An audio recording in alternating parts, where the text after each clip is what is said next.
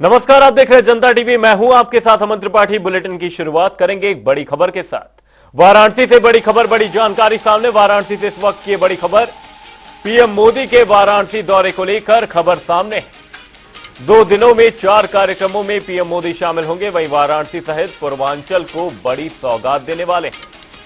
सड़क सेहत सुरक्षा की पीएम गारंटी देंगे। वहीं नमो घाट भी पीएम मोदी पहुंचने वाले हैं। वहीं नमो घाट पर मां गंगा को नमन करेंगे। वहीं 20,000 करोड़ की परियोजना की सौगात भी देंगे। वहीं पीएम मोदी इस दौरान रोड शो भी करने वाले हैं। वहीं रोड शो के दौरान पीएम मोदी पर पुष्प वर्षा की जाएगी।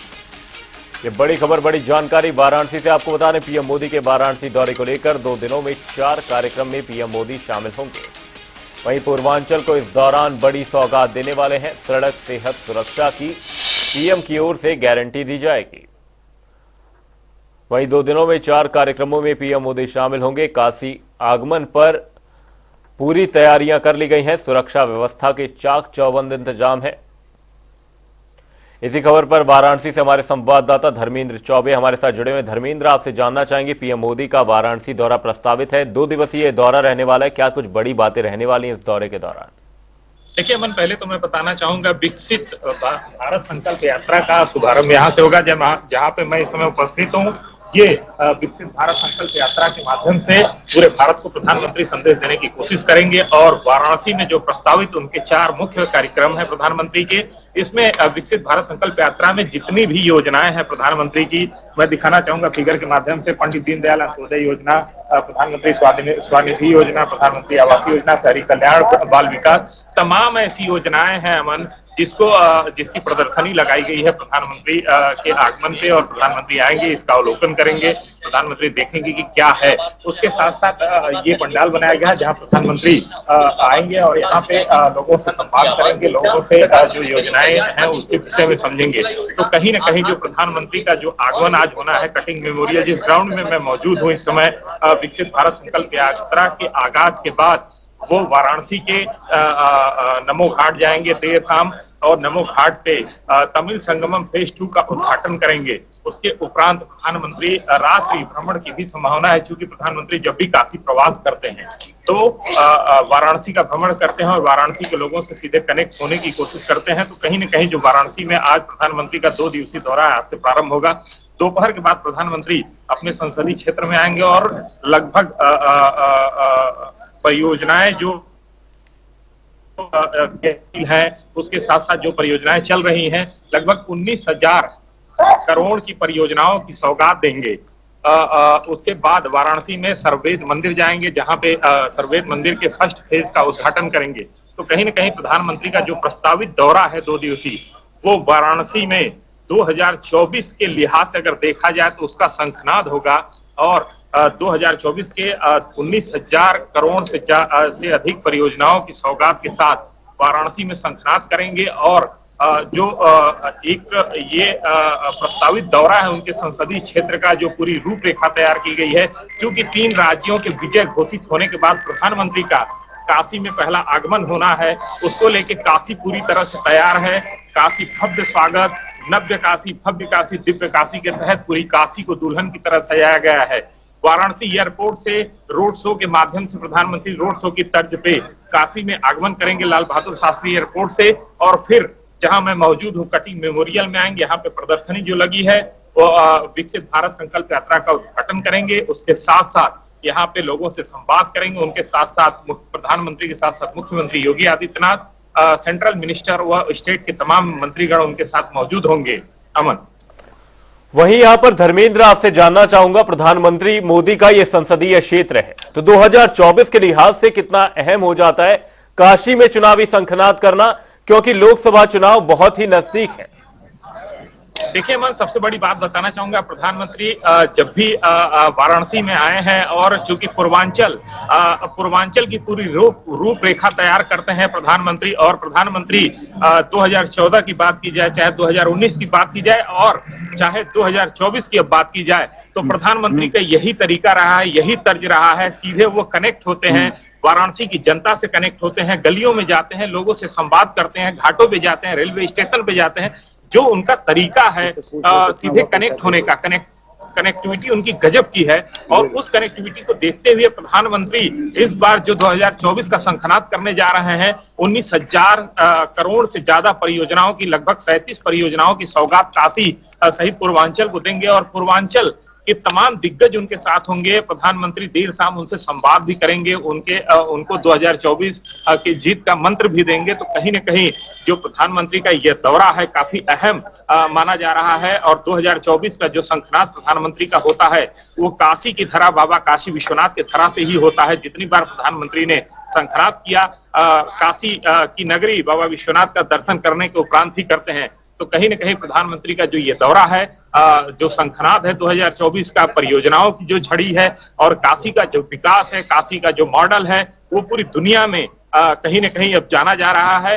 अब उसको लेकर 2024 को लेकर अब प्रधानमंत्री जो शंखनाद करने जा रहे हैं, प्रधानमंत्री का जो 2 दिवसीय दौरा है वो काफी मायने में खास माना जा रहा है। अमन, साथ ही धर्मेंद्र, यहां पर काशी तैयार है और परियोजनाओं का इंतजार है। कई परियोजनाओं की यहां पर आपने बात की, सड़क, सेहत और सुरक्षा की पीएम मोदी के द्वारा गारंटी दी जानी है। क्या कुछ रहने वाली है परियोजनाएं, क्या कोई जानकारी सामने है फिलहाल? देखिए अमन, सबसे बड़ी चीज बताना चाहूंगा, पहले तो सड़क की अगर बात की जाए और स्वास्थ्य की बात की जाए तो दोनों क्षेत्र में प्रधानमंत्री ने काफी वाराणसी, पूर्वांचल और उत्तर प्रदेश में काफी डेवलपमेंट के लिहाज से वर्क किया है। और वाराणसी के फुलवरिया 4 लेन का उद्घाटन करेंगे। और कुछ ऐसी रोडें हैं, रिंग रोड फेज 2 है, रिंग रोड उसके साथ साथ 4 लेन है।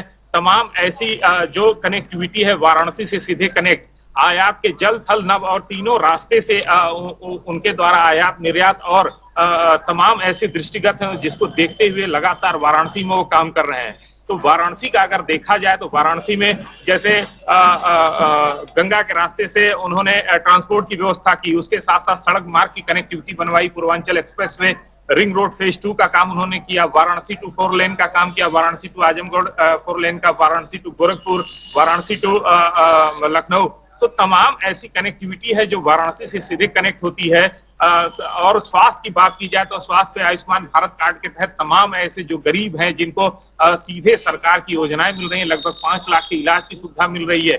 स्वास्थ्य कैंप, शिविर तमाम ऐसे लगाए जा रहे हैं। उसके साथ साथ तमाम ऐसी परियोजनाएं हैं जो सीधे कनेक्ट हो रही है। गरीब कल्याण योजना है, स्वावलंबी योजना है, तमाम ऐसी योजनाएं हैं जो प्रधानमंत्री सीधे संवाद करते हैं और सीधे आम जनता तक पहुंचाने का लगातार प्रयास करते आए हैं। अगर 2014 से रूपरेखा देखी जाए तो 19 तक का उनका यही डाटा रहा है और 19 से जो 23 तक का अभी तक का है वो कहीं न कहीं सीधे जनता से कनेक्ट होकर गरीब कल्याण, तमाम महिला मिशन, महिला सशक्ति, तमाम ऐसी योजनाएं हैं जिसको लेकर धरातल पर प्रधानमंत्री काम करते हैं। और वाराणसी उनका संसदीय क्षेत्र है तो कहीं न कहीं यहाँ प्रधानमंत्री ने एक सांसद के रूप में नरेंद्र मोदी आते हैं और प्रधानमंत्री नरेंद्र मोदी सांसद के रूप में यहाँ विकासों की झड़ी वाराणसी ही नहीं, वाराणसी सहित पूर्वांचल में तमाम ऐसी योजनाएं देते हैं जिससे कि आम जनता को रोजगार हो, स्वास्थ्य हो, शिक्षा हो, सुरक्षा हो, तमाम ऐसी चीजें हैं जो सीधे कनेक्ट हो और सीधे जुड़े लोग, जिससे डेवलपमेंट हो, जिससे आयात निर्यात, तमाम चीजें ऐसी हैं वो बढ़ती जाए। अमन, प्रधानमंत्री मोदी 2 दिनों में 4 कार्यक्रमों में शामिल होंगे। बहुत बहुत धन्यवाद धर्मेंद्र तमाम जानकारी के लिए। बुलेटिन में आगे बढ़ेंगे, रुक करने एक और बड़ी खबर का, बड़ी खबर, बड़ी जानकारी सामने लखनऊ से इस वक्त की बड़ी खबर आपको बता दें। उपराष्ट्रपति जगदीप धनखड़ के लखनऊ दौरे से जुड़ी ये बड़ी खबर सामने। उपराष्ट्रपति जगदीप धनखड़ का लखनऊ दौरा प्रस्तावित है। अटल स्वास्थ्य मेले का इस दौरान वो उद्घाटन करते हुए नजर आएंगे। वहीं मुख्य अतिथि के रूप में उपराष्ट्रपति जगदीप धनखड़ उद्घाटन करेंगे। वहीं डिप्टी सीएम ब्रजेश पाठक इस दौरान शामिल होंगे। वहीं राजाजीपुरम पीएनटी ग्राउंड में कार्यक्रम का आयोजन किया जाना है। इसी खबर पर हमारे संवाददाता अनूप कुमार सिंह हमारे साथ लाइव जुड़े हुए हैं। अनूप, आपसे जानना चाहेंगे, उपराष्ट्रपति जगदीप धनखड़ लखनऊ दौरे पर हैं, क्या कुछ बड़ी बातें रहने वाली हैं इस दौरान, क्या कुछ परियोजनाएं हैं, क्या कुछ उनके कार्यक्रम रहने वाले हैं? देखिए अमन, आज अटल स्वास्थ्य मेले का आयोजन किया गया है। ये राजाजीपुरम मेला का आयोजन किया गया जिसमें उपराष्ट्रपति जगदीप धनखड़ इस कार्यक्रम का शुभारंभ करेंगे। 12 बजे के आसपास वहां पर पहुंचेंगे, जहां पर डिप्टी सीएम भी ब्रजेश पाठक भी यहाँ उस कार्यक्रम में शामिल होंगे। तमाम मंत्री के साथ साथ तमाम भारतीय जनता पार्टी के नेता हैं, वो भी इस अटल मेले में शामिल होने वाले हैं। युवा नेता नीरज सिंह भी इस अटल मेले में शामिल होंगे, शुभारंभ के समय वहां पर मौजूद रहेंगे। कुल मिला के और बात की जाए तो अटल स्वास्थ्य मेला जो क्षेत्र के लोग हैं या फिर आसपास के लोग हैं वो वहां पर पहुंचेंगे, अपने निःशुल्क स्वास्थ्य की परीक्षण भी करा सकेंगे। वहां से दवाइयां भी उपलब्ध कराई जाएंगी उनको निःशुल्क।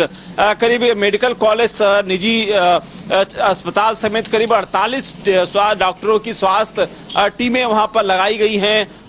मनोज अग्रवाल लखनऊ के सीएमओ हैं, उनसे जानकारी मिली है कि स्वास्थ्य संबंधित तमाम चाहे ब्लड प्रेशर की बात करें या फिर ईसीजी की बात करें या फिर ऐसे तमाम जो जांचें हैं वो भी वहां पर निःशुल्क हो सकेंगी। स्वास्थ्य मेले से संबंधित जो क्षेत्र के लोग हैं वहां पर पहुंचेंगे और इस स्वास्थ्य मेला इसी वजह से लगाया जा रहा है क्योंकि उस आसपास क्षेत्र के जो बुजुर्ग हैं या फिर जो अस्पताल नहीं जा सकते या अस्पताल की भीड़ से बचना चाहते हैं वो वहां पर पहुंचेंगे और तमाम क्षेत्र के लोग वहां पहुंचकर उनकी निःशुल्क वहां पर परीक्षण भी हो सकेगा, उनको मार्गदर्शन भी मिल सकेगा कि उनके बीमारी का आगे का इलाज कैसे होगा, किस अस्पताल में जाना होगा, कहां से उनका इलाज संभव हो पाएगा। तो कुल मिला के ये कहा जाए कि आज अटल स्वास्थ्य मेला खासकर लखनऊ वासियों के लिए एक उपलब्धि होगी वहां पहुंचने के लिए और तमाम जो बुजुर्ग लोग हैं उनको लाभ मिलेगा।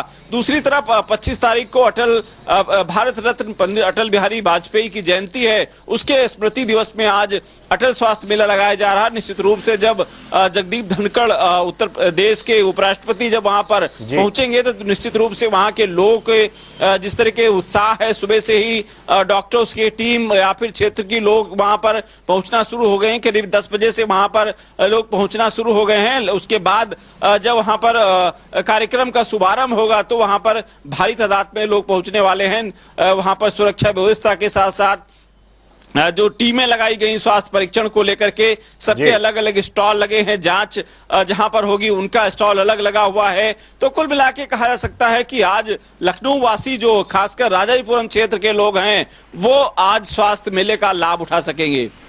उपराष्ट्रपति जगदीप धनखड़ का लखनऊ दौरा प्रस्तावित है। बहुत बहुत धन्यवाद अनूप तमाम जानकारी के लिए। बुलेटिन में आगे बढ़ेंगे, रुख करेंगे खबरों की ओर। पीएसी के स्थापना दिवस पर आयोजित कार्यक्रम में मुख्यमंत्री योगी आदित्यनाथ शामिल हुए और समाज के लिए किए जा रहे उनके कार्यों के लिए उनकी प्रशंसा की गई। बता दें कि यह कार्यक्रम 35वीं वाहिनी पीएसी महानगर में आयोजित किया गया।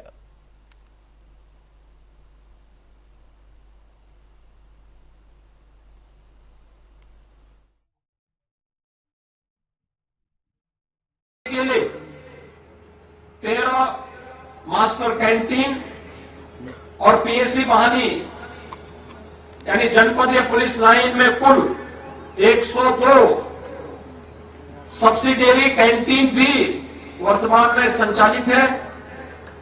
पुलिस कल्याण योजना के अंतर्गत जवानों के बच्चों को न्यूनतम शिक्षण शुल्क पर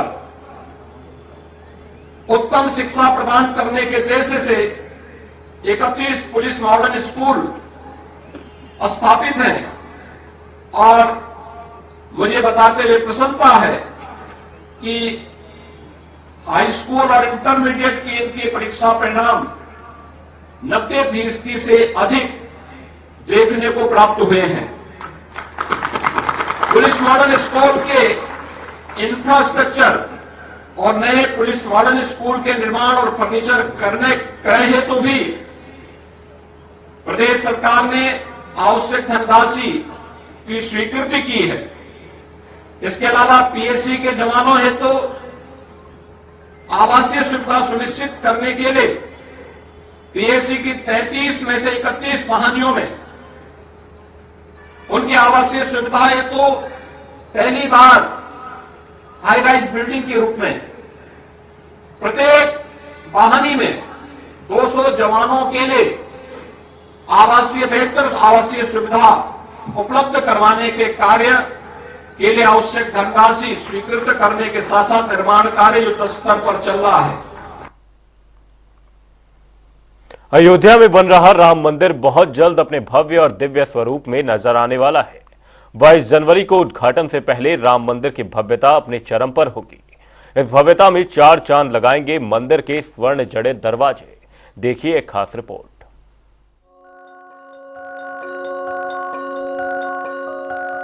अयोध्या में बन रहा राम मंदिर बहुत जल्द अपने भव्य और दिव्य स्वरूप में नजर आने वाला है।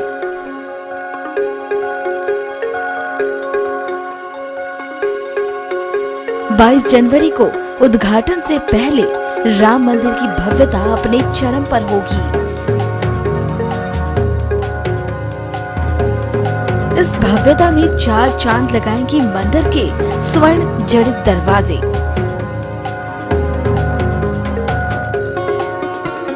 गुरुवार को राम मंदिर के भूतल में स्वर्ण जड़ित दरवाजों के लिए ट्रायल किया गया।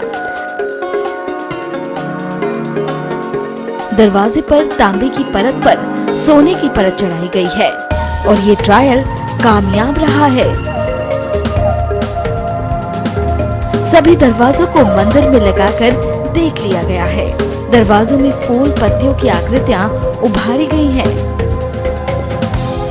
प्रभु श्री राम के भक्त जब मंदिर में प्रवेश करेंगे तो सबसे पहले उन्हें ये स्वर्ण जड़ित दरवाजे ही दिखाई देंगे।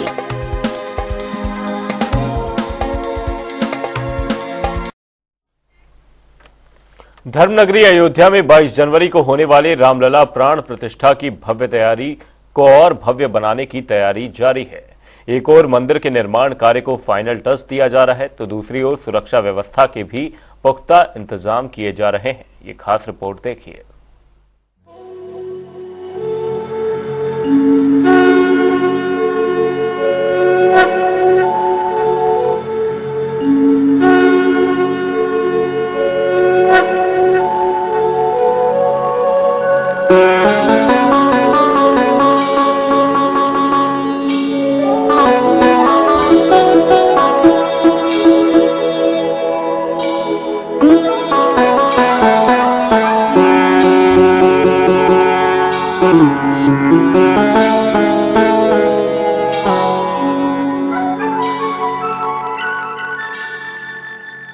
बाईस जनवरी 2024 को प्रभु श्री राम की नगरी अयोध्या में बन रहे राम मंदिर में प्रधानमंत्री नरेंद्र मोदी द्वारा प्राण प्रतिष्ठा की जाएगी, जिसको लेकर सुरक्षा व्यवस्था के व्यापक इंतजाम किए गए हैं।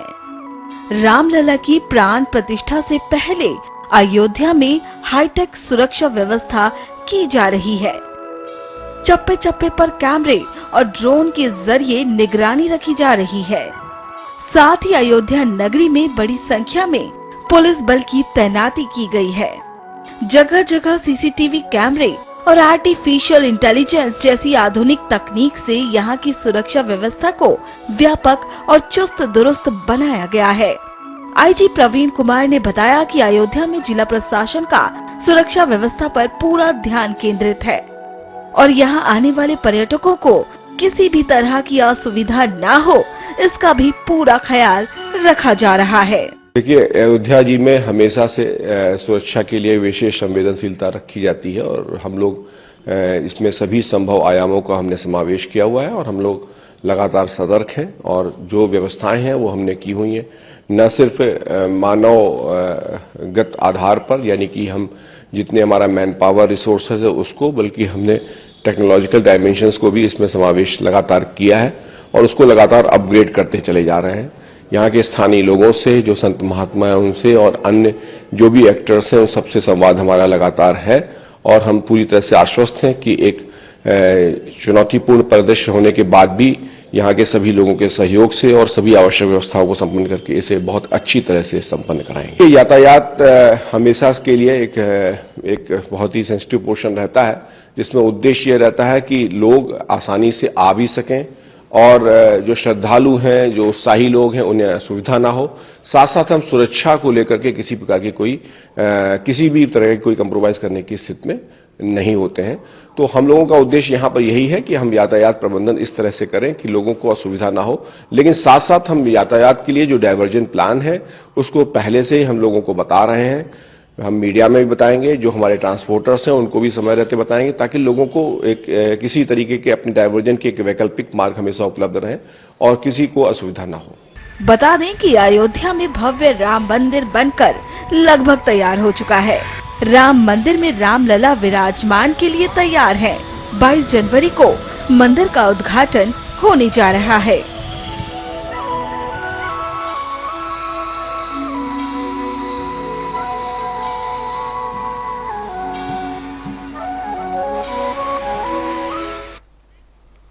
अब बुलेटिन में रुक करेंगे 2 मिनट में 10 बड़ी खबरों की ओर। कानपुर देहात में संदिग्ध परिस्थितियों में मिला अज्ञात युवक का शव। अज्ञात युवक का शव मिलने से फैली इलाके में सनसनी। युवक की हत्या कर शव फेंके जाने की आशंका। सूचना पर पुलिस बल के साथ पहुंचे पुलिस आला अधिकारी। इटावा में दिखा तेज रफ्तार का कहर। सड़क पार कर रहे 2 बच्चों को कार ने मारी टक्कर। हादसे में एक मासूम बच्चे को कार घसीटते हुए ले जाती आई नजर। पुलिस मामले की जांच पड़ताल में जुटी। आगरा में शव दफनाने को लेकर विवाद। शव दफनाने का अपनी जमीन बताकर रामनिवास सिंह ने किया था विरोध। सूचना पर उपजिलाधिकारी सहित पुलिस फोर्स मौके पर पहुंची। शमशाबाद थाना क्षेत्र के गांव अजनेरा का मामला। सिद्धार्थनगर में भाजपा कार्यालय पर नमो ऐप एवं विकसित भारत कार्यशाला आयोजित। कार्यशाला में बड़ी संख्या में भाजपा कार्यकर्ताओं ने की शिरकत। नमो ऐप डाउनलोड करवाने का लक्ष्य किया गया निर्धारित। कानपुर लॉयर्स एसोसिएशन के पदाधिकारियों ने सौंपा ज्ञापन। अपनी विभिन्न समस्याओं को लेकर कानपुर पुलिस आयुक्त से मुलाकात कर सौंपा ज्ञापन। तत्काल समस्या का निराकरण करने की मांग। कानपुर में 2 सनातनी धर्म और भगवान को लेकर आए आमने सामने, जिसको लेकर एक पक्ष ने पुलिस कमिश्नर की जन सुनवाई में ज्ञापन दिया। न्याय की लगाई गुहार। फर्रुखाबाद में बाइक सवार 3 युवक हुए गंभीर रूप से घायल। शादी समारोह से वापस लौट रहे थे युवक। घायलों को जिला अस्पताल में कराया गया भर्ती। थाना कादरी गेट क्षेत्र में कादरी गेट तिराहा के पास का मामला। एटा में मासूम बच्ची के साथ दुष्कर्म। घटना को अंजाम देकर मौके से फरार हुआ आरोपी। पीड़ित परिजनों की आरोपी के खिलाफ एफआईआर दर्ज। अयोध्या में मिली मस्जिद की जमीन को लेकर बयान। एआईएमआईएम प्रवक्ता ने दिया बड़ा बयान। कहा मस्जिद वहीं बन सकती है जिस जमीन को खरीदा ना गया हो। सरकार की दान की हुई जमीन। श्रावस्ती में चोरों का आतंक। खंड शिक्षा अधिकारी कार्यालय के आधार सेंटर को चोरों ने बनाया निशाना। मामले की जांच में जुटी पुलिस। बुलेटिन में फिलहाल के लिए सिर्फ इतना। कहीं जाएगा नहीं। जनता डी पर खबरों का सिलसिला रहेगा जारी। तब तक के लिए नमस्कार।